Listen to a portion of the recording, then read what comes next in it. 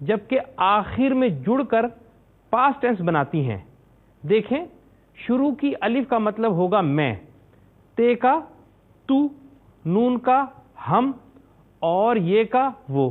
جیسے ادخلو میں داخل ہوتا ہوں، تدخلو تو داخل ہوتا ہے، ندخلو ہم داخل ہوتے ہیں، اور یدخلو وہ داخل ہوتا ہے۔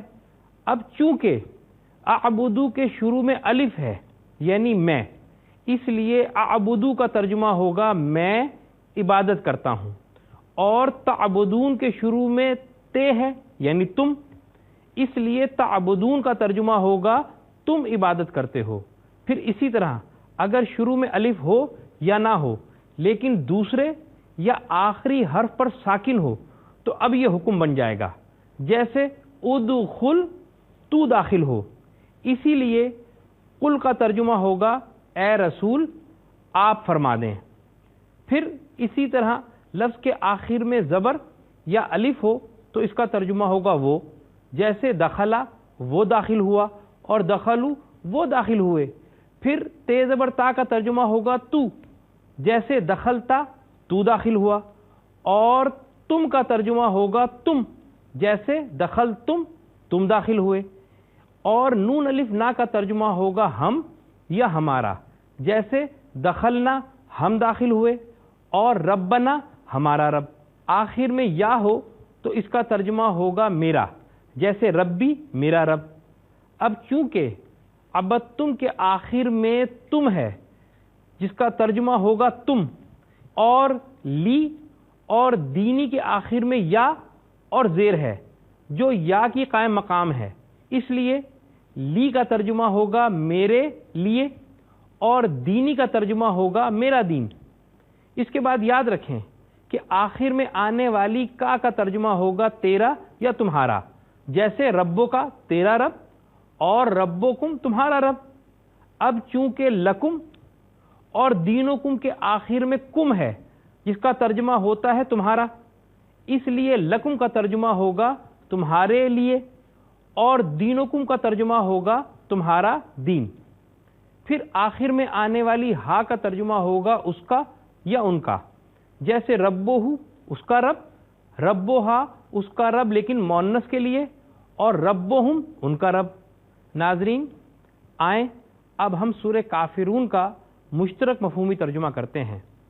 آپ فرما دیں کہ اے کافرو میں عبادت نہیں کرتا جن کی تم عبادت کرتے ہو، اور نہ تم عبادت کرنے والے ہو جس کی میں عبادت کرتا ہوں، اور نہ میں عبادت کرنے والا ہوں جن کی تم نے عبادت کی، اور نہ تم عبادت کرنے والے ہو جس کی میں عبادت کرتا ہوں، تمہارے لیے تمہارا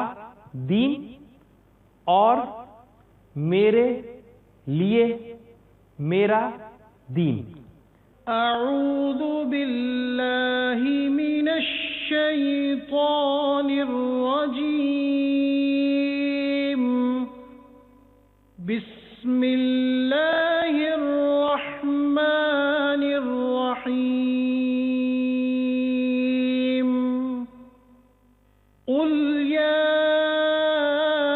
ایہا الکافرون لا اعبد ما تعبدون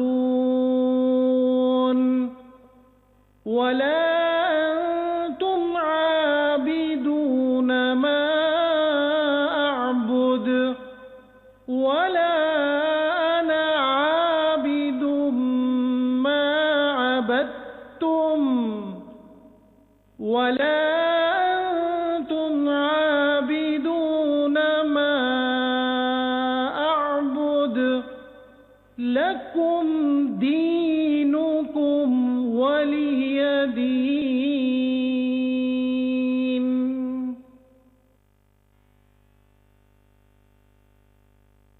ناظرین، علامتی طریقہ تدریس کی مدد سے آپ قرآن پاک کی کسی بھی آیت کا ابتدائی ترجمہ کر سکتے ہیں۔ ہماری 2 درسی کتب آسان صلات اور آسان پارا الف لام میم کی مدد سے آپ گھر پر بھی مشق کر سکتے ہیں۔ ضرور کوشش کیجیے گا۔ ڈاکٹر علی عمران کو اجازت دیں۔ اللہ حافظ۔